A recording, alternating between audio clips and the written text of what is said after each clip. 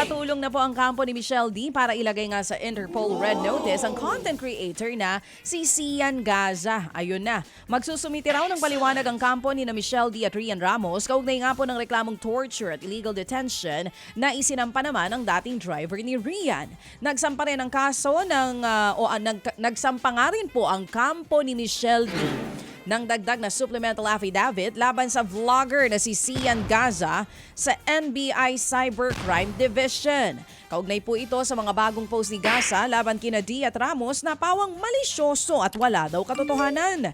Nauna nang magsampa ng reklamong cyber libel si D laban po sa vlogger nitong February 16.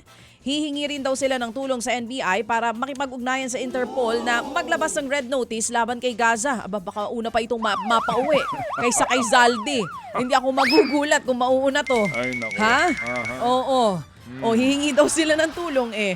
Ayon sa abogado ni Nadi, posibleng nasa Thailand ang vlogger. Mas malapit kasi na nahaharap sa iba pang kaso katulad po ng investment scam. Pwede baka daw pwede tuhog na Anin? yung ating pakiusap dun sa Interpol. Kanino? Yung Hindi pagpapauwi. ka, para kanino? Pareho sana. Kung ito kasi gusto nilang pauwiin si Sian. Ako naman, ang gusto ko talaga mapauwi ay si Zaldi. Zaldi, asan ka na? Ikaw ba gusto mo siya mapauwi? Oo. Tayong sumundo. Nasaan ka na, Elizalde? Elizalde ninyo. Sumapak po naman sa pagiging bumbero ang veteranong aktor na si John Arcelia bilang isa sa Fire Safety Ambassadors po ng Bureau of Fire Protection. Sumasailalim siya ngayon sa basic firefighting training sa Batangas City. Kasama niyang nag-training ang ilang pang-aktres na sina Elena Koslova at si Kate Yalong. Bukod po sa pagpatay sa sunog, nag-training din po si John sa first aid at CPR. Sa Instagram post na aktor, sinabi niyang hindi biro ang trabaho ng mga bumbero kaya ho naman daw malaki ang respeto niya sa kanila. Ay tama po naman yun. Samantala, sumabak po, ay hindi pala, may fresh start sa kanyang karera. Ang singer-actress na si Rita Daniela.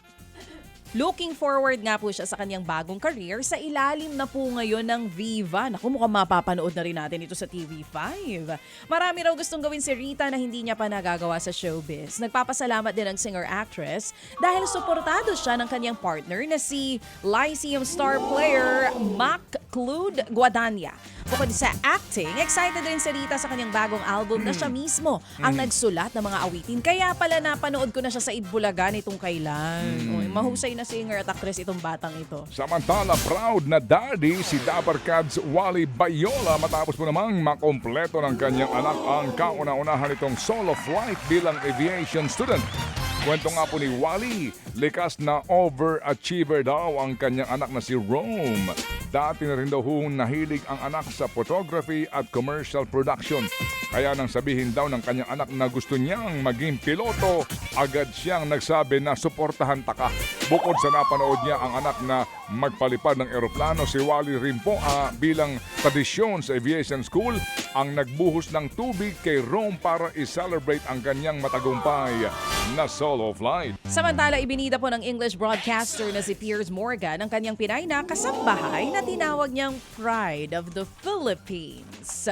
Sa pagdiriwang ng 40th birthday ng OFW na si Maricor Cory Flor, pinuri ni Piers ang pagiging loyal at masipag ng kasambahay. 16 years nang kasama ng pamilya Morgan si Cory na tinawag nila na all-around Miss Fix-It. Pinasalamatan din ni Piers si Cory na ayon sa kanya ay parang hindi tumatanda. Mga kapatid, brothers and sisters, saan ka pa? Dito na tayo sa totoo. Dito na tayo sa True FM. Mga kapatid, mag-subscribe and follow po kayo sa social media accounts ng True Network PH. Yan po kami, hanapin nyo lang True Network PH, Facebook, Instagram, YouTube, TikTok, and podcast. Mapa Apple or Spotify man yan, mahahanap nyo kami. Lahat ng mga napapanood at napapakinggan nyo po sa programa, nasa social media accounts namin yan. So paano mga kapatid? See you sa social media!